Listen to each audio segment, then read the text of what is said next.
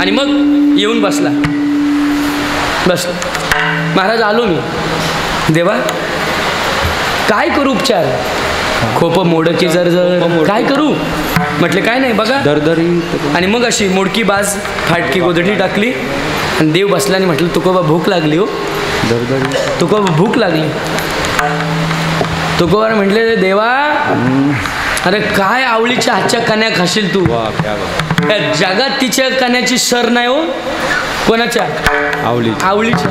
आता आवळीला कळालं जर विठ्ठल आलाय तर पूजल का शिव्या देईल. आवळी गाथा बुडवायला नेला ना ते तुकोबरानं वाईट म्हटली नाही. त्याला म्हटली काळ्या संसारातच वाटोळं लावलंस आणि आता नवऱ्याच्या परमार्थाचं लावतोस काय. कोणाला? विठोबा. आपली हिंमत आहे का देवाला शिव्या द्यायची? देऊन बघा दुसऱ्या शिवीत. आपला अधिकार नाही ना तसा. तुकोबरांची निष्ठावंत सेवा करत होते आवळी आईसाहेब. तसा अधिकार होता देवावर. देवावर ऐका ना भल्या भल्यांचे काटे देवानी काढले हो. भल्या भल्यांचे. मला सांगा ना जगातलं दिसतं मुंगीच्या मनातलं ज्याला कळतं त्याला आवळी आईसाहेबाच्या पायातला काटा थुकी लावून का काढायची गरज लागली? थुंकी लावून का काढायची गरज लागली? वारकऱ्यांनी चिकित्सक होऊन कीर्तन ऐका. मी ऑनलाईन बोलतो. भावनुक होऊन कीर्तन ऐकायची सोडून द्या वारकऱ्यांनी. तुम्ही भावनुक होऊन ऐकता फसताय कधी कधी. तर थोडंसं गोड बीड वाटलं की मग तिथं फसतात लोक. चिकित्सक होऊन ऐकाल त्यावेळेला परमार्थातली सूत्र उलगडतील, नाही तर अजिबात नाही.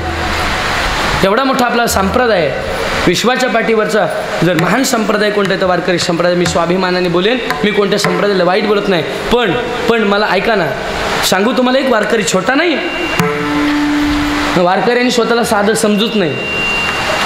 आणि जो वारकरी स्वतःला साधा आणि लहान समजतोय तो वारकरी नाही. मी ऑन बोलतोय बऱ्याचशा लोकांच्या समोर बोलतोय आणि मला भान आहे या हाराचमुळे कपडे खराब होतात. खुर्ची हार याची सवय वाईट माणसाला. समजणे मालक पैसे वारकरी तर वाईटच वाईट. आता मी काय सांगत होतो? वारकरी किती मोठा सांगतो ऐका. किती मोठा वारकरी. वारकरी साधा नाही. वारकऱ्यांनी इथं असलेल्या प्रत्येक वारकऱ्यांनी स्वतःला साधं समजत असाल आपली घोडचूक आहे. वारकरी साधा नाही. वारकरी किती मोठा किती मोठा. ऐका ऐका. जे देवाला ज्याचा तोटा तो वारकरी आहे. वाट पाहे उभा निडळी ठेवून या कर. तो वाट पाहतो. जगाच्या बापाने वारकऱ्याची वाट पाहावी. तो लहान आहे का मोठा आहे वारकरी देवापेक्षा. देव त्याची कामं करायला विटेवरनं खाली उतरतो. आता मला सांगा ज्याचं मालक मोठा ज्याचं काम करतो तो मोठा का काम करणारा मोठा? ज्याचं काम होतंय तो मोठा ना. जगाचा बाप संतांची कामं करायला संतांना मोठे पण दिलं. आता ऐका आता ऐका आता ऐका. तीर्थक्षेत्रातले वेद अध्ययन करणारे 100 ब्राह्मण जेवायला घातल्यानंतर जे पुण्य लागतं ना तो एक वारकरी जेवायला घातल्यानंतर लागतं. एवढा मोठा वारकरी. त्याच्याकडे त्याग आहे. त्याच्याकडे पहिली गोष्ट वारकऱ्याकडे त्याग आहे. तो अनासक्त आहे. तो सुचिर दक्ष आहे. तो उदासीन आहे. कोण? वारकरी. उदासीन काय? वारकऱ्याला देहाचं तादात्म्य नाही. देह जावो अथवा राहो. पांडुरंगी दृढ भाव. अनासक्त आहे वारकरी. मग हे सगळ्या देवाला ज्या अपेक्षा आहे 12व्या अध्यायात त्या सगळ्या अपेक्षा वारकऱ्याकडनं पूर्ण होतात. विठ्ठल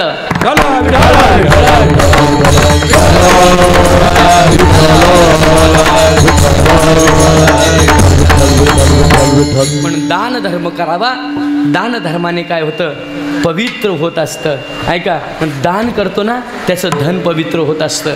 मग आपल्याला मिळालेलं धन कोणत्या मार्गाचं आहे कोणाला माहीत नाही. त्याच्यातून दान करायचा. आणि दानाच्या जोरावर पांडवांनी देवाला राबवलं.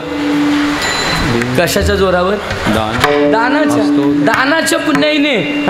पांडवांनी देवाला आपल्या घरात राबवलं. जगाला कामाला लावणारा देवाने पांडवांच्या घरी घोडे धुतले हा इतिहास आहे. मला सांगा ना जगाचा काटा काढणारा देव जिजाईचा पाय मांडीवर घेतो. थुंकी लावतो पायाला लावतो आणि पुन्हा ती थुंकी आपल्या जिभेला लावतो. संतांनी प्रश्न विचारला, देवा नुसतं तू डोळे बंद करून काट्याचं चिंतन केलं असतं तर काटा बाहेर पायातून आला असतास. असा तो समर्थ असणारा तिच्या पायाची माती जिभेला का लावली? अरे वेड्यांनो ऐका, अरे वेड्यांनो, मला माझ्या भक्ताची सेवा करणारा जो आहे तो सेवक मला अतिप्रिय आहे. कारण मला माझ्या भक्तापेक्षा भक्ताची सेवा करणारा काय प्रिय. संतांनी सुद्धा तेच मागणं मागितलं, तुझी दासीचा दास करून ठेवा. जे तुझे दास आहेत त्यांचा दास कर, म्हणजे आम्ही तुला लवकर प्रसन्न करू. काय ताकद आहे भक्तीची, साधी भक्ती नाही. आज देव तुम्हाला मिळेल, पण काय केलं पाहिजे? दान धर्म केला पाहिजे.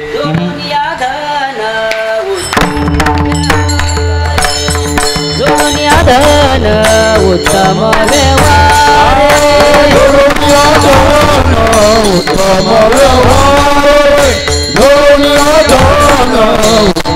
व्यवहार, उदास विचारे वेच करी, उदास विचारे वेच करी, उत्तम विचारे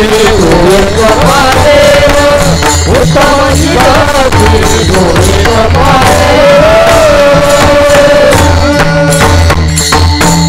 स्वप्न जसं मिथ्या आहे तसं देह सुद्धा काय मिथ्या आहे. ह्या जगात जेवढं दिसतंय ते सगळंच मिथ्या आहे आणि जे दिसत नाही तेच एक सत्य आहे. जगन मिथ्या आणि ब्रह्म सत्य. म्हणून हा देह दिसतोय पण तो स्वप्नवत आसार आहे. स्वप्न जसा आसार आहे आणि स्वप्न जसं खोटं आहे तसा देह सुद्धा काय आसार आहे आणि देह सुद्धा खोटा आहे. मग नरहरी महाराज सांगतात, कितीही कमवा, कितीही जरी कमवलं तर लंगोटी सुद्धा आपल्याबरोबर जात नाही. अभंगाचं 4थं चरण. नरहरी म्हणे सेवटी, नरहरी म्हणे सेवटी, नरहरी म्हणे सेवटी, नरहरी म्हणे सेवटी, नरहरी म्हणे सेवटी, नरहरी म्हणे सेवटी, नरहरी म्हणे सेवटी, नरहरी म्हणे सेवटी, संगे नये रे लंगोटी, संगे नये रे लंगोटी, दान धर्म नाही केला, दान धर्म नाही केला, लंगोटी, लंगोटी, दान धर्म नाही केला, दान धर्म नाही केला, शेवटी जन्म व्यर्थ गेला, शेवटी जन्म व्यर्थ गेला, दान धर्म नाही केला, दान धर्म नाही केला. नरहरी म्हणे शेवटी सवे न ये रे लंगोटी. बांधलेला 1 रुपयाचा करदोडा तोही तोडला जातो. आपल्याबरोबर काही येत नाही, जळतो तो देह, बरोबर येतात ते कर्म. जर आपण परमार्थिक असू तर आपल्या गळ्यातली तुळशीची माळ आपल्याबरोबर येईल. प्रापंचिक असू तर सगळं आपलं एका रुमालात बांधलं जाईल आणि ते मुलाच्या स्वाधीन त्या स्मशानात दिलं जाईल आणि तो खिशात ठेवल आणि मग अग्निसंस्कार करतो. याचा अर्थ प्रपंच पुन्हा मागे जातो आणि परमार्थ आपल्याबरोबर जातो. देहाची किंमत करा, सगळं पैशाने मिळेल, देह पुन्हा पुन्हा नाही, पुन्हा पुन्हा नाही. मला आई सांगा, सगळं मिळेल, जन्म नाही रे आणि तुका म्हणे माझी पुन्हा जन्म नाही, पुन्हा देह नाही. मिळालेला देह हा आपल्याला परमार्थाकरता मिळाला आहे. मिळालेला देह हा कळाला की याची किंमत कळाली की आपण त्याला जतन करतो. ह्या पहिल्याच सिद्धांतावर मी पुन्हा आलो. देहाची किंमत कशानेच करता येत नाही. देहाची अपेक्षा देवादिकांना जर असेल तर आपला मानवदेव किती मोठा याचा विचार करा. स्वर्गीचे अमर इच्छिता की देवा, मृत्यूलोकी व्हावा जन्म व्हावा, मृत्यूलोकात आम्हाला नरदेहा शरीरात जन्म मिळावा हे स्वर्गातले देव अपेक्षा करत असतील, तर ज्यांना मृत्यूलोकात देह मिळालाय त्याने किती मोठे भाग्यवान आहेत हा महत्त्वाचा सिद्धांत. जन्म मिळाला पण आपल्याला तो कळण्याकरता हा नामोत्सव सोहळा गेली 112 वर्ष ह्या प्रांगणामध्ये आहे, हा कळण्याकरता आहे. म्हणून आपल्याला देह कळावा. हा जो महत्त्वाचा दिवस आहे काय 15 ऑगस्ट आहे. सर्वांना माहिती आहे 1947ला आपला भारत देश स्वतंत्र झाला. नुसता झाला नाही, त्यांच्याकडं मागितला आणि त्यांनी दिला नाही. पहिलं कारण का गुलामीमध्ये देश गेला त्याची कारणं ऐका बरं. त्यांचं माहिती होतं यांना आपापसातच भांडण लावली आणि यांना आपापसातच वैरी केले आणि यांची संघटन फोडलं की आपण यांच्यावर सत्ता गाजवू शकतो. ही डोकं ही मेंटॅलिटी इंग्रजांची आहे बरं. कोणाची आहे? कोणाची आहे? गाव फोडला, भाव फोडला की त्यांच्या घरावर सत्ता गाजवू शकतो. ही कोणाचं विचारधारणी आहे? इंग्रजांनी. आणि तेच केलं. एकी आपली फोडली आणि मग आपल्यावर सत्ता केली आणि ती सत्ता पुन्हा येण्याकरता आपल्याला स्वाभिमानाने आपल्याला या देशामध्ये श्वास घेण्याकरता असंख्य लाखो करोडो काय केलं? बलिदान घडलंय. ही माती नुसती नाही, त्या मातीची ताकद सांगतो एका वाक्यामध्ये सांगतो आणि विश्वात घडलेल्या उदाहरणामध्ये सांगतो. 217 देश पृथ्वीवर आहेत. 217 217 देश आहेत. त्याच्यातला फिलिपाईन्स नावाचा देश टिंब असा दाखवता येईल विश्वाच्या त्या याच्यामध्ये. 75% पाणी आहे ना, किती? 76. हां, मग त्याच्यानंतर जमीन, त्या जमिनीतून तो एक 217 देशांचं डिवायडेशन, त्याचं क्षेत्रफळ, हे सगळं बघताना अगदी एवढूसा देश. याचं युद्ध झालं अमेरिकेसारख्या बलाढ्य देशाशी आणि बलाढ्य देशाचे युद्ध झालं आणि मग फिलिपाईन्स नावाचा देश एवढ्या मोठ्या देशाच्या पुढे जिंकला आणि मग प्रेस कॉन्फरन्स भरली आणि त्याचा जो प्रेसिडेंट होता त्यांनी छाती पुढे काढून प्रत्येक पत्रकाराला उत्तर देत होता. सगळे सांगत होते की तुम्ही सर कसे जिंकलात एवढासा तुमचा देश पण एवढ्या बलाढ्य देशाच्या पुढे कसा जिंकला. तर त्यांनी स्वाभिमानाने सांगितलं आपल्या ह्या पृथ्वी तलावर 217 देशात एक असा देश आहे त्याचं नाव आहे भारत. त्या देशाचं नाव आहे भारत. त्या भारत देशामध्ये एक राज्य आहे त्याचं नाव आहे महाराष्ट्र आणि त्या महाराष्ट्रात एक राजा झाला त्याचं नाव आहे राजशिव छत्रपती यांचा गनिमी कावा वाचला आणि म्हणून मी जिंकलो. भारतभूमी ही त्यागाची भूमी, भारतभूमी ही वैराग्याची भूमी आणि भारतभूमी ही समर्पणाची भूमी आणि या भूमीमध्ये षंड जन्माला येत नाहीत, तर या भारतभूमीमध्ये शूरवीर योद्धा महात्मा संत जन्माला येतात. मग ती जी त्याची पत्नी होती प्रेसिडेंटची तिने काय केलं? आपल्या पतीला सांगितलं मला भारत देश दाखवायला न्या आणि मग इंडियन गव्हर्नमेंटनी त्या प्रेसिडेंट आणि त्याच्या पत्नीला व्यवस्था केली. त्यांचं विमान मुंबईला आलं. मुंबईतून बाहेर पडल्या खाली उतरल्या तिला माती दिसली आणि मुठभर माती तिने आपल्या पर्समध्ये टाकली. मोठ्या माणसांच्या कृती मोठ्या असतात आणि त्याच्यात बोध असतो. लोकांनी पत्रकारांनी विचारलं मॅडम लाखोची तुमची पर्स आणि भारताची माती तुम्ही महाराष्ट्राची माती घेऊन जाताय. त्यांनी सांगितलं आमच्या देशात ही माती आहे पण मला या भारताच्या महाराष्ट्राच्या मातीवर स्वाभिमान आहे की या मातीमध्ये षंड जन्माला येत नाहीत तर शूरवीर योद्धे जन्माला येतात. म्हणून ही माती जवळ घेतली. या तुमच्या देशातली माती मी माझ्या देशातल्या मातीमध्ये एकरूप केली की या भारताच्या मातीच्या प्रभावाने आमच्याही देशामध्ये एखादा शूरवीर योद्धा जन्माला येईल. हा विश्वास मातीवर आहे महाराज, मातीवर विश्वास आहे. आपली माती झाली तरी आपला विश्वास आपल्या लोकांवर नाही, तरी आपला विश्वास देवावर नाही, तरी आपला विश्वास साधू संतांवर नाही. विश्वास तो करी स्वामीवर सत्ता. या देशाचे नागरिक आहोत आपण, पाईक आहोत आपण. जन्माला आल्यानंतर ज्या मातीत जन्माला येतो तिचं ऋण फेडावं लागतं.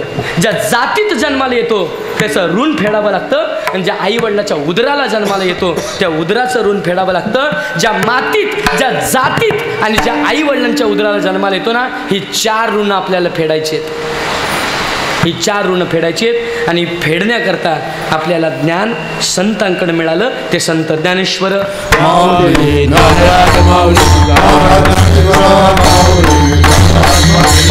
ज्ञानेश्वर ज्ञानेश्वर माऊली माऊली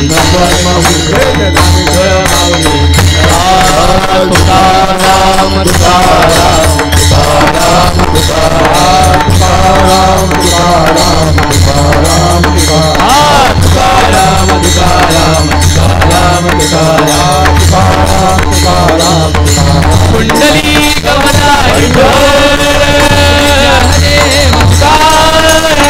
पंढरीनाथ भगवान की जय. तुकाराम तुकाराम तुकाराम तुकाराम तुकाराम तुकाराम तुकाराम तुकाराम. करविली तैशी केली कटकट वाकुडी की नीट देव जाणे. कोणा कारणे झालेसे निर्माण देवाचे कारण देव जाणे. साळुंकी मंजुळ बोलत सेवानी. साळुंकी इकडे माझं आडनाव काय आहे? इकडे बस. साळुंकी मंजुळ बोलत सेवानी. शिकविता धनी वेगळाची. अवधानाने शब्द गेला असेल तर माझ्या बुद्धीचा दोष म्हणून परत द्या. जे काही योग्य असेल सद्गुरू काळ सिद्धेश्वर महाराजांच्या कृपा आशीर्वादाने जीवनामध्ये काय करा, आचरण करा. सत्याने जगा, प्रेमाने वागा. यातच ईश्वर, याचाच आनंद मिळेल. सत्य आणि प्रेम ज्याच्या वाट्याला आलं ना, जग जिंकता येतं, देव जिंकता येतो. कोणाची निंदा करू नका, कोणाला वाईट बोलू नका. सगळे आपले आहेत. समोरचा चुकला म्हणून आपण चुकू नका. आपण तीच चुकी केली तर त्याच्यात आणि आपल्यात फरक काय. देवाने आपल्याला ज्ञान दिले इंद्रिय हातपाय कान डोळे मुख बोला या वचन. त्याने तू जोडशी नारायण.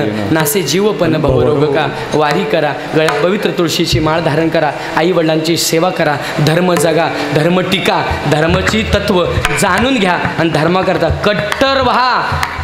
कळतंय ना? धर्माकरता कट्टर व्हा. माता माऊलींना विनंती आहे, आपल्या घरात वावरणारी मुलगी ही आपल्या घराची आबरू आहे, ही आपल्या घराची इज्जत आहे आणि ही आपल्या घराचं स्वाभिमान आहे. आपल्या मुलींना धर्माचं शिक्षण द्या. आपल्या मुलींना अन्य धर्मामध्ये जसं त्यांच्या धर्माचं शिक्षण देतात. मला म्हणायचं आहे, ओपन चॅलेंजनी बोलतो, कोणीही दुसऱ्या कोणाच्या धर्माला बोलू नये. त्याचं कारण आपण जर आपला धर्म योग्य जगला ना, कोणाच्या बापाची हिंमत नाही आपल्याला बोट करायची. फक्त आपण आपला धर्म जगत नाही. आपण आपल्याच माणसांचे पाय खेचतो. माता माऊलीने विनंती आहे, वयात आलेल्या मुलीला स्लीवलेस घालायला देऊ नका.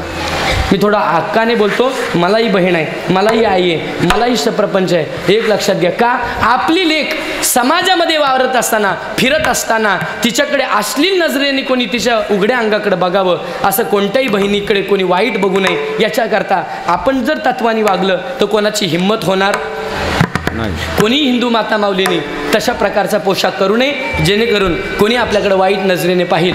माझ्या बहिणींना विनंती आहे, कपाळाला टिकली लावत जा, हातात बांगड्या घालत जा, कानामध्ये घालत जा.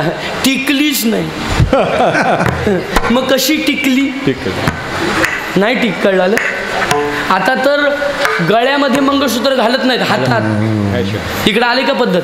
मला सांगा, माझ्या बहिणी आहेत, कोणाकोणाला माहिती आहे हल्ली हातात मंगळसूत्र घालायची पद्धत आले? बोट वर करा. मी वाईट नाही बोलत, माहिती आहे ना, म्हणजे फॅशन आले, माहिती आहे ना. बोट वर करा. कोणाकोणाला माहिती आहे? अख्खं पाकिट देईन कीर्तनाचं, अख्खं. मोहन दादा 25,000 भरणार आहेत. बोलायला काय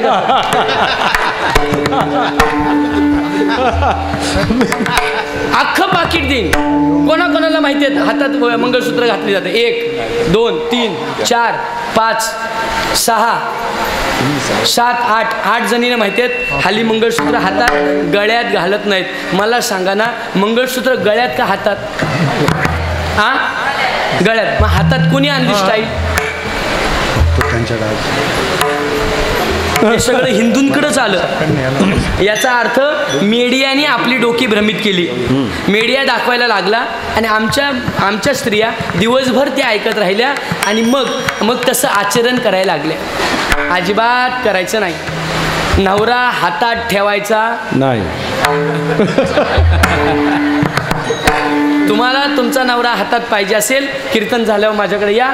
1 एक दुर्गा सप्तशतीमध्ये असा मंत्र आहे, तो मंत्र जपला तर नवरा मुठीत राहतो. याल ना? असं काहीच नाही. चांगलं वागा, चांगलं. मला सांगा, एखाद्या माता माऊलीवर अतिप्रसंग घडला, तिच्या वेदना आणि तिचं आयुष्य किती बर्बाद होतं ना, हे तिलाच माहिती आहे. म्हणून सगळ्या माता माऊलींनी रणरागिणी व्हा, पेटून उठा, आपल्या मुलीला संस्कार द्या.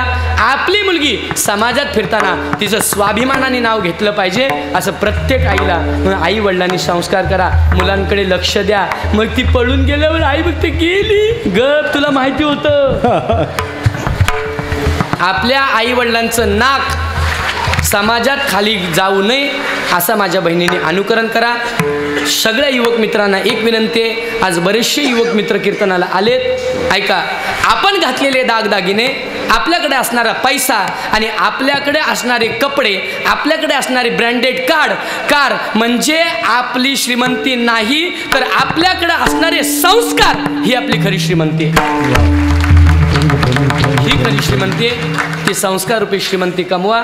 सगळ्यांना पांडुरंगाने कृपा करो, ज्ञानोबा तुकोबांनी कृपा करो, विश्वनाथ बाबांनी कृपा करो आणि सगळ्यांचं कल्याण हो. विठ्ठल जय जय विठ्ठल. कुंडली कवरधारी श्री ज्ञानदेव भगवान की जय.